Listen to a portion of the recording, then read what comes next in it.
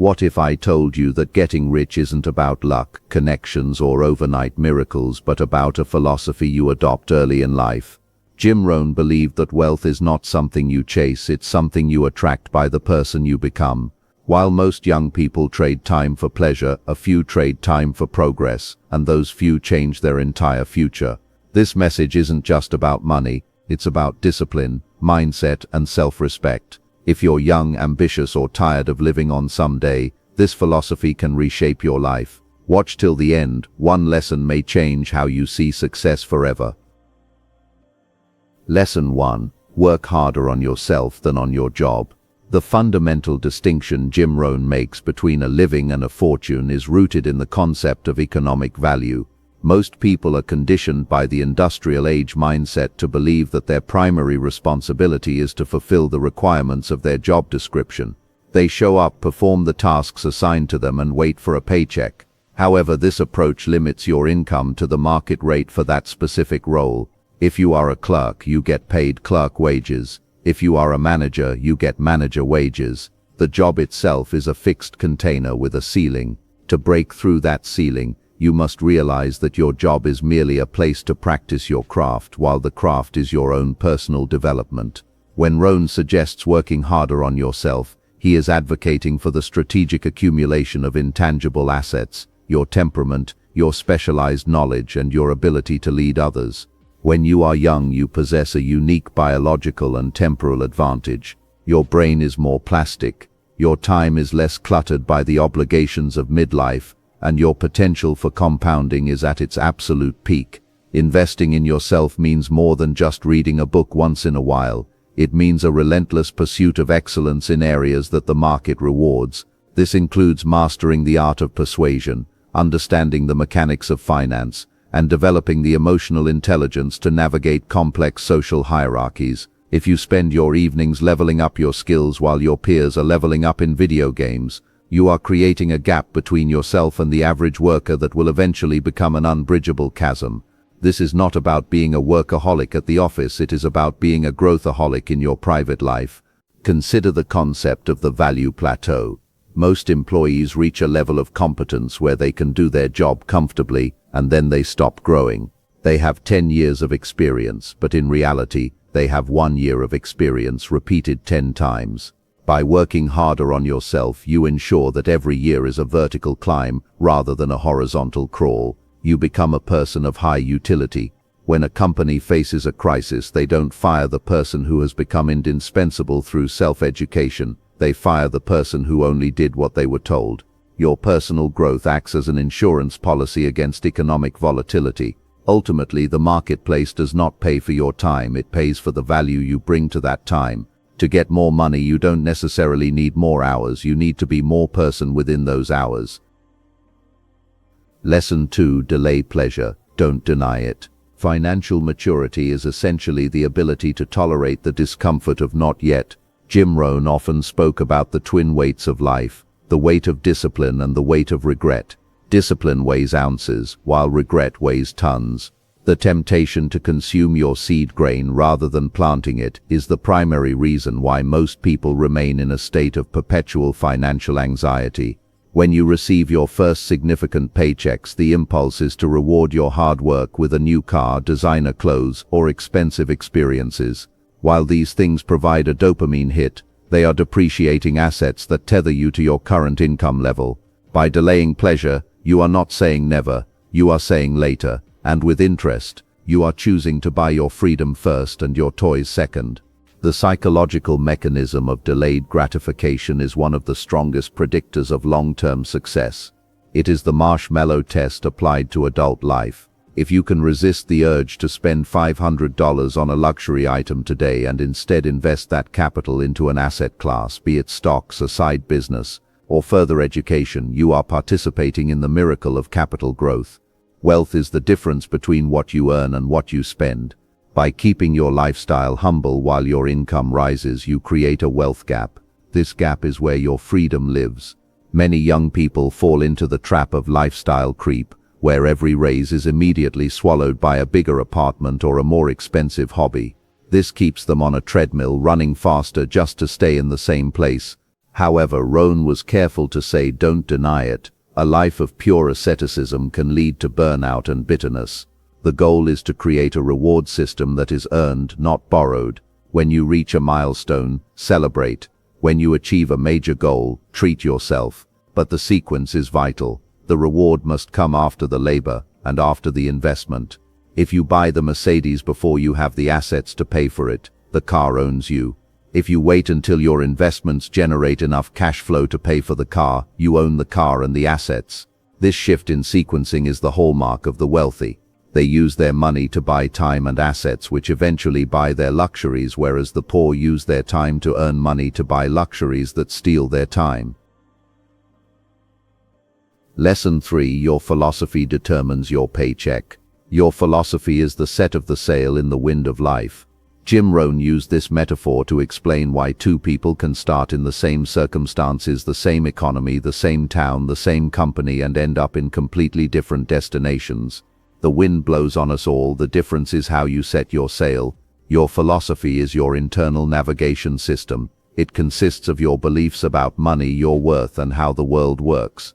If your philosophy is the rich get richer and the poor get poorer, you will subconsciously sabotage opportunities because you believe the game is rigged. If your philosophy is I am responsible for my results, you will look for solutions where others see only obstacles. Most people operate on a weather philosophy. If the economy is good, they feel good. If the boss is mean, they feel bad. They are victims of external forces. A wealth-building philosophy, however, is proactive.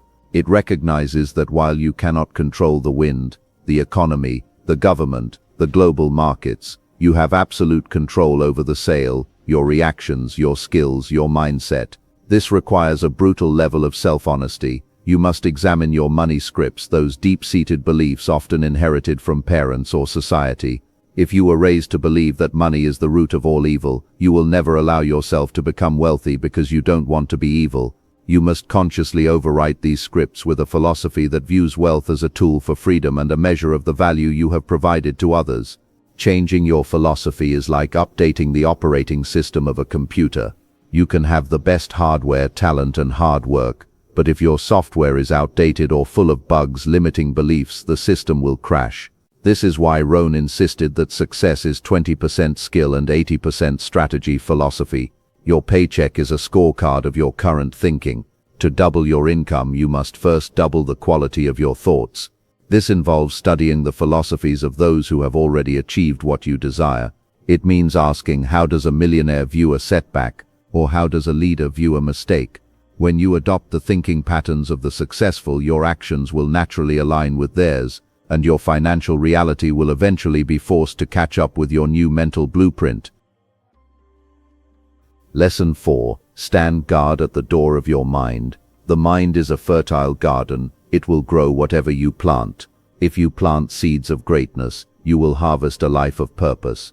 If you allow weeds of negativity and gossip to take root, they will choke out your potential. Jim Rohn's command to stand guard suggests that this is an active defensive role. We live in an attention economy where every app, news outlet, and advertisement is trying to hijack your consciousness. If you are not intentional about what you let in, you will be filled with the anxieties and agendas of others. For a young person, this means being extremely selective about your inner circle. You are the average of the 5 people you spend the most time with. If your friends spend their time complaining and seeking cheap thrills, that energy will inevitably seep into your own psyche. Guarding your mind also involves the mental diet. Just as physical junk food destroys the body, mental junk food destroys the ambition. Constant exposure to outrage culture, mindless scrolling, and pessimistic media creates a state of learned helplessness. You begin to believe that the world is falling apart and there is no point in trying. To counter this, you must feed your mind with substantive content, biographies of great leaders, books on philosophy, technical manuals for your craft, and podcasts that challenge your assumptions. You need ideas that stretch your horizon of what is possible. When you fill your mind with stories of resilience and achievement, you start to view your own challenges as solvable puzzles rather than permanent barriers. Wealth begins as a thought before it manifests in a bank account. Every great skyscraper was first a blueprint. Every global company was first an idea. If your mind is cluttered with the small talk of small-minded people, there is no room for big ideas. Standing guard means saying no to certain conversations and no to certain media. It means being protective of your morning routine and your evening reflections. When you control the input, you control the output. If you spend your 20s cultivating a mind that is focused, disciplined, and optimistic, you will have a competitive advantage that no amount of capital can buy. You become a person who can see opportunities that others miss because their vision is obscured by the mental fog of common distractions. Lesson 5. Become valuable, not just busy. There is a pervasive myth in our culture that hard work alone leads to wealth. If that were true, people working 3 manual labor jobs would be the wealthiest members of society.